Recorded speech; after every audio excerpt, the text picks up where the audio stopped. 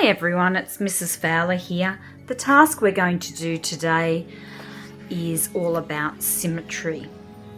So we are going to create an artwork of a butterfly that is symmetrical. You'll know you're successful if you have a butterfly shape, if you have one line of symmetry, so you have a mirror image. If you use a black marker, so I'm going to use a Sharpie here, you'll have black marker lines and shapes.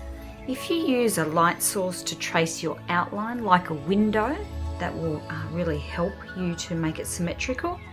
And you will have coloured your artwork, and you can use mixed media for this.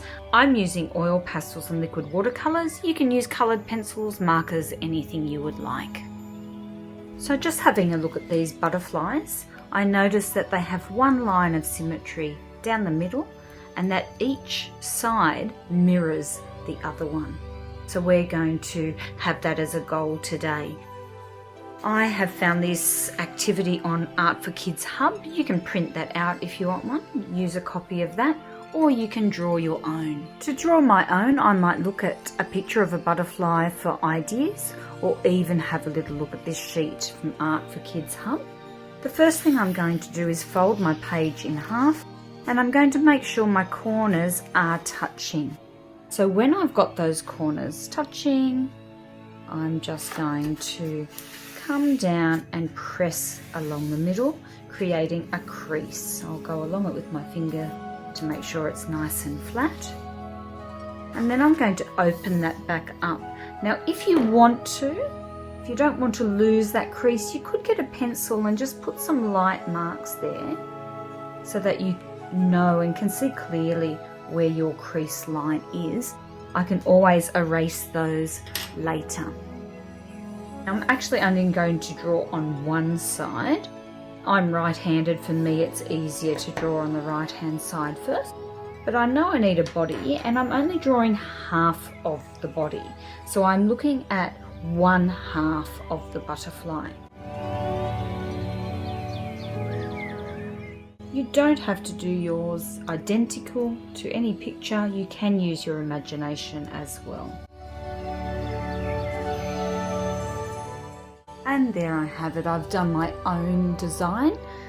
I've been inspired by these to get some ideas, but I've also used my imagination. Now what I'm going to do is fold them in half so that my picture is on the outside. Okay, so I'm going to have it on the bottom. I'm going to fold up, make my corners touch, and fold it along the line. So it should actually fold on this dotted line.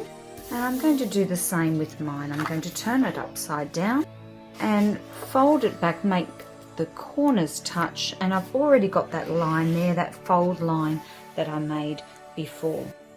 So on one side I've got my drawing, on the other side it's blank. You might be able to see these lines through the page. You now need to take your piece of paper and hold it up against a light source. Now you can use a window. I've got an old overhead projector that I'm going to use so that you can see quite clearly. Okay, so the side with the drawing on it is against the window or against my overhead projector. As it is against the light source, you should be able to see the outline really clearly through from the other side. And then all you need to do is trace it. I'm going to move to my ultra fine marker for the thinner lines. Okay, and there you have it. When I open it back up, you will see that I have successfully made a butterfly that is symmetrical.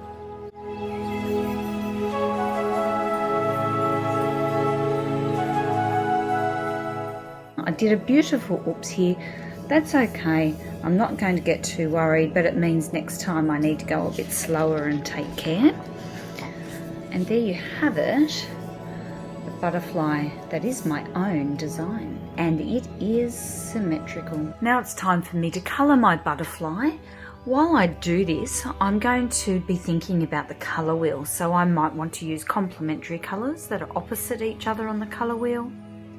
Or I might want to use analogous or harmonious colours that are next to each other on the colour wheel. Or I might be thinking about my warm colours and my cool colours. I've already chosen a selection of colours that I like over here. I'm going to be using oil pastels and the liquid watercolours today. I always use my oil pastels first and my paints last. Whatever I do on this side, I'm going to do exactly the same on the other side so that it is symmetrical. I can also use my oil pastels to create that resist effect. So I'm going to use some white and see what happens when I paint over it.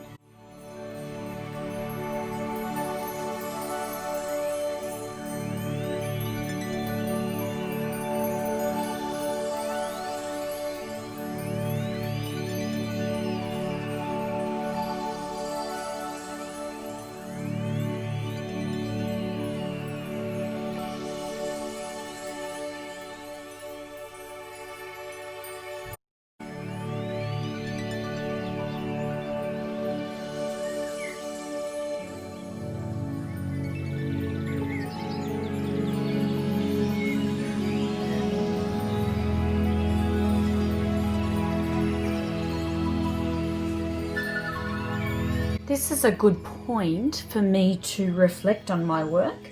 I've tried to use some complementary colours so that my colours will really pop out. So my blue and orange here, and I've got my yellow and purple here, and my green and red.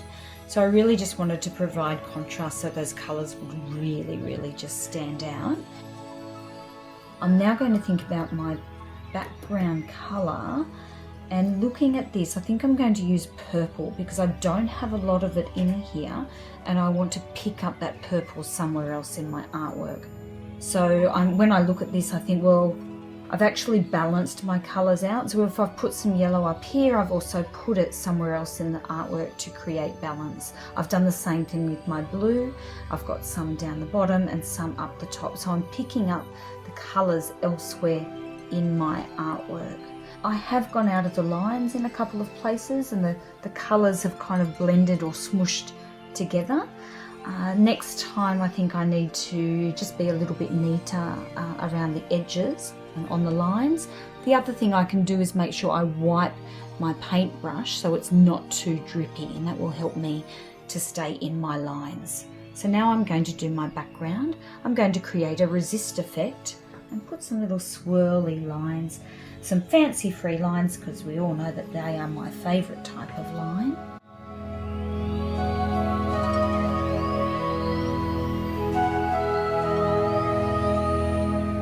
Okay, so there you have it. I have finished painting, so I need to make sure I clean up and just wipe my table. And there is my symmetrical butterfly.